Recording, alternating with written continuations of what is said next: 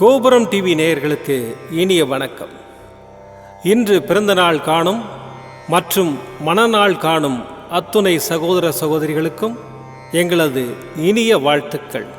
பாபாவின் ஆசிகளோடு பல்லாண்டு காலம் நீங்கள் எல்லா வளங்களும் செல்வங்களும் பெற்று நலமுடன் வாழ வாழ்த்துகிறோம். பாபா அழைக்கிறார்.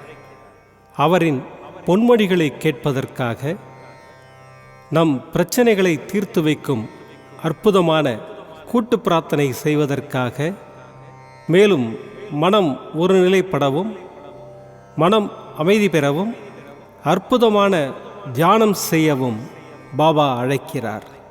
பாபா நம் கரங்களை பிடித்து அழைத்து சென்று அற்புதம் நிகழ்த்தவிருக்கிறார். வாருங்கள், பாபாவின் பொன்மொழிகளை தரிசனம் செய்வோம்.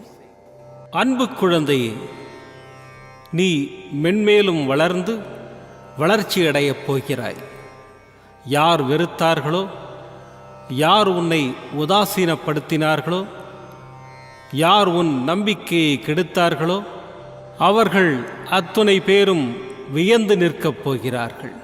கவலைப்படாமல் இரு, அப்பா நான் இருக்கிறேன். கோபம் வேண்டாம்.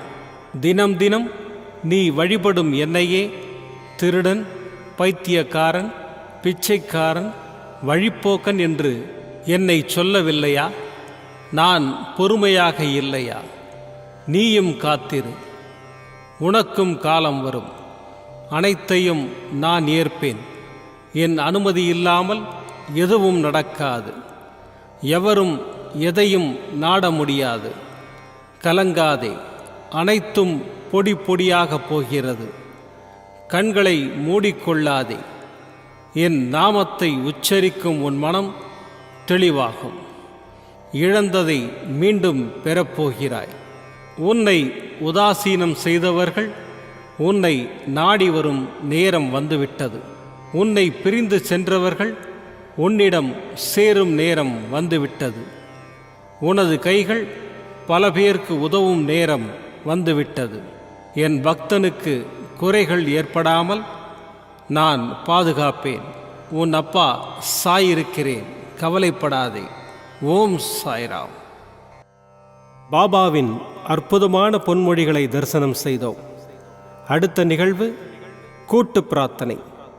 நம் மனநலன் சார்ந்த பிரச்சனைகளுக்காகவும், உடல் நலன் சார்ந்த பிரச்சனைகளுக்காகவும் மற்றும் நம் அனைத்து விதமான பிரச்சனைகளுக்காகவும் சாய்நாதரிடம் கூட்டு பிரார்த்தனை செய்வோம். வாருங்கள், இந்த அற்புதமான கூட்டு பிரார்த்தனையை செய்வோம். பிரார்த்தனாஷ்டகம். 8 பிரார்த்தனைகள்.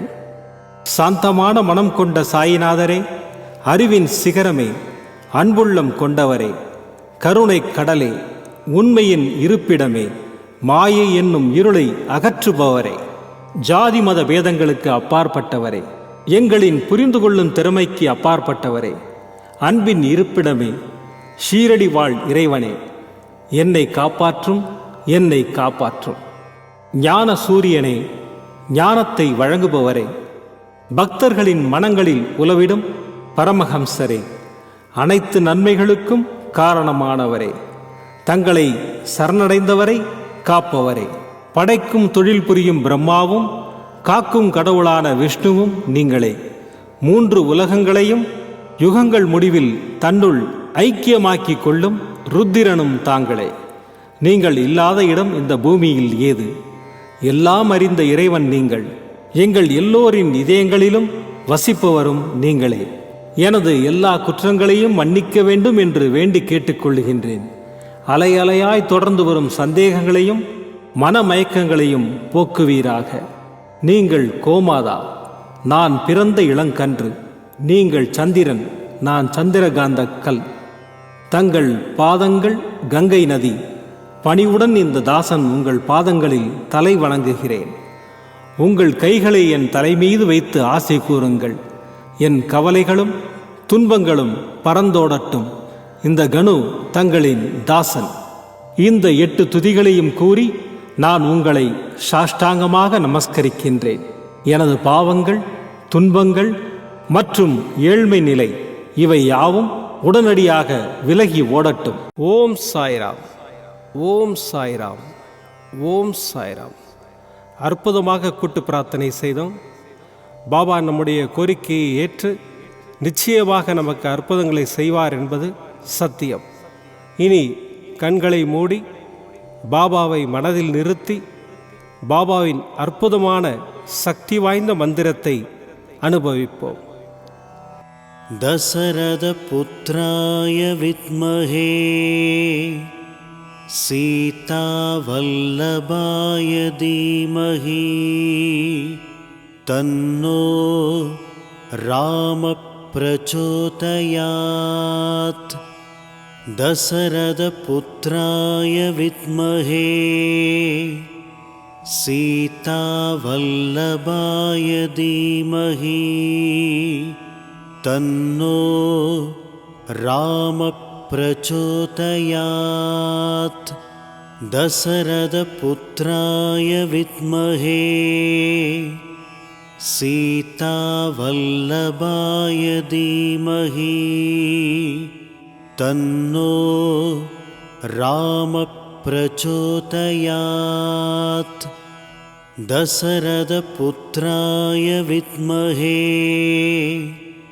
சீதா வல்லபாய தீமஹி தன்னோ ராம பிரச்சோதயாத். தசரத புத்ராய வித்மஹே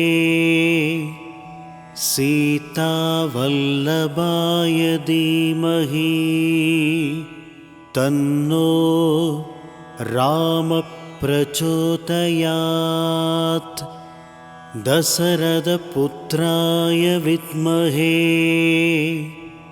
சீதா வல்லபாய தீமஹி தன்னோ ராம பிரச்சோதயாத். தசரத புத்ராய வித்மஹே சீதா வல்லபாய தீமஹி தன்னோ ராம பிரச்சோதயாத். தசரத புத்ராய வித்மஹே சீதா வல்லபாய தீமஹி தன்னோ ராம பிரச்சோதயாத். தசரத புத்ராய வித்மஹே சீதா வல்லபாய தீமஹி தன்னோ ராம பிரச்சோதயாத். தசரத புத்ராய வித்மஹே சீதா வல்லபாய தீமஹி தன்னோ ராம பிரச்சோதயாத். தசரத புத்ராய வித்மஹே சீதா வல்லபாய தீமஹி தன்னோ ராம பிரச்சோதயாத். தசரத புத்ராய வித்மஹே சீதா வல்லபாய தீமஹி தன்னோ ராம பிரச்சோதயாத். தசரத புத்ராய வித்மஹே சீதா வல்லபாய தீமஹி தன்னோ ராம பிரச்சோதயாத். தசரத புத்ராய வித்மஹே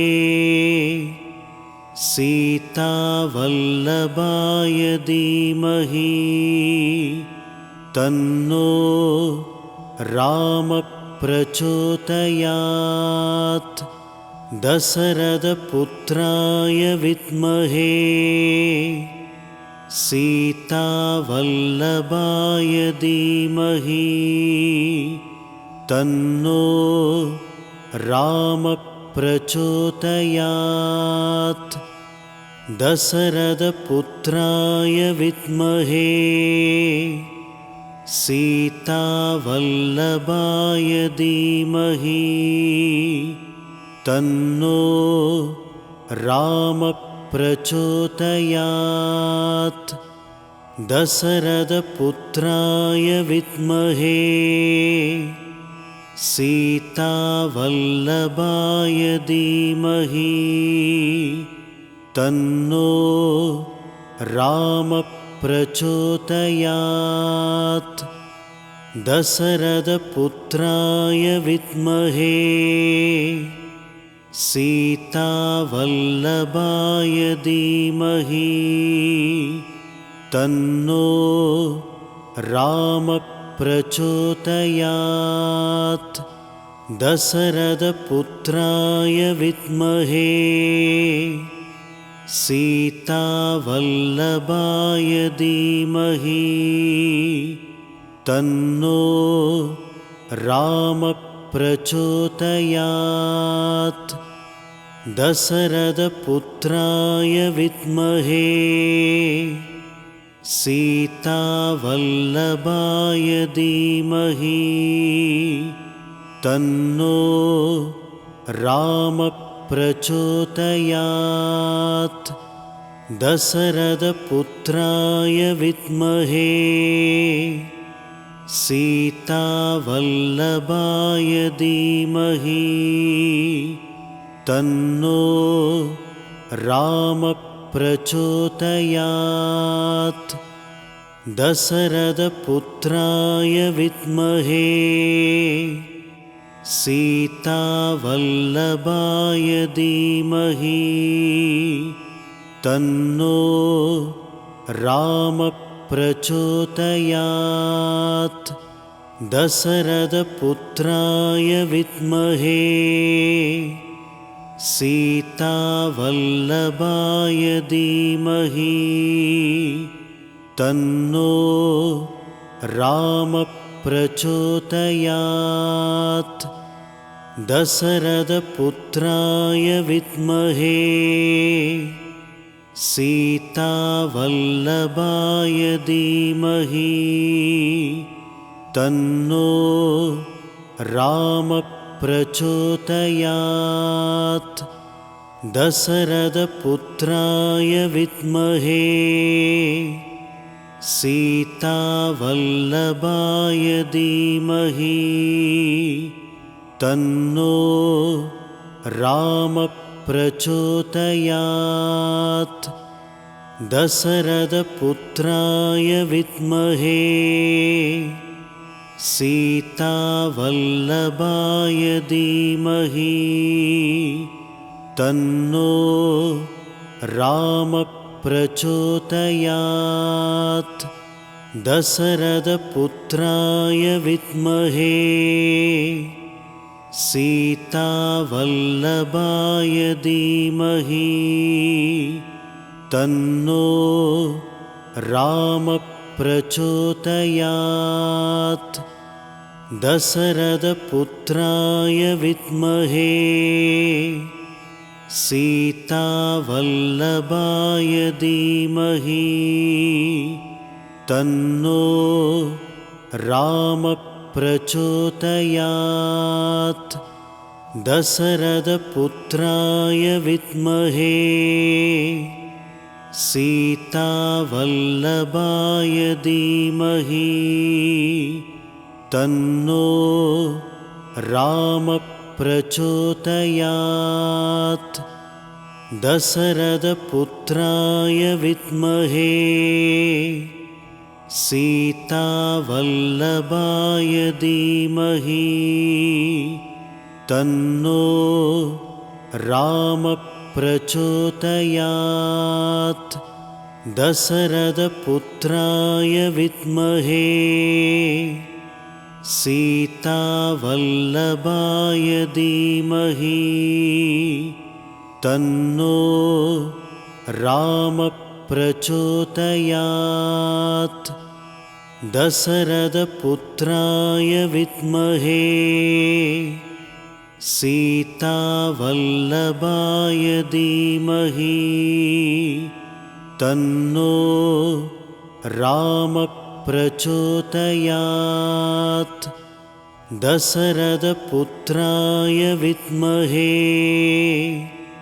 सीतावल्लभाय धीमहि तन्नो राम प्रचोदयात् दशरथपुत्राय विद्महे सीतावल्लभाय धीमहि तन्नो राम प्रचोदयात्. மீண்டும் நாளை காலை இந்த அற்புதமான பாபா அழைக்கிறார் நிகழ்ச்சியில் சந்திப்போம். நன்றி, வணக்கம். விதம் விதமான பக்தி நிகழ்ச்சிகளை உங்களுக்காக தந்து கொண்டிருக்கிறது உங்கள் கோபுரம் டிவி. உங்களுக்கு பிடித்த நிகழ்ச்சிகளை லைக் செய்யுங்கள், உங்களுக்கு பிடித்த மாணவர்களுக்கு ஷேர் செய்யுங்கள். மேலும் சப்ஸ்கிரைப் செய்வதோடு மட்டுமல்லாது அருகில் இருக்கும் பெல் பட்டனை கிளிக் செய்து கோபுரம் டிவி நிகழ்ச்சிகளை உடனுக்குடன் தெரிந்து கொள்ளுங்கள். மற்றும் ஒரு மகிழ்ச்சியான செய்தி, கோபுரம் டிவி ஆப்பை கூகுள் பிளே ஸ்டோரில் ஃப்ரீ டவுன்லோட் செய்து கோபுரம் டிவி நிகழ்ச்சிகளை தொடர்ந்து கண்டுகளியுங்கள். பாருங்கள், ரசியுங்கள், பரவசமடையுங்கள். gopuramtv.com. பக்தி பக்திமயம்.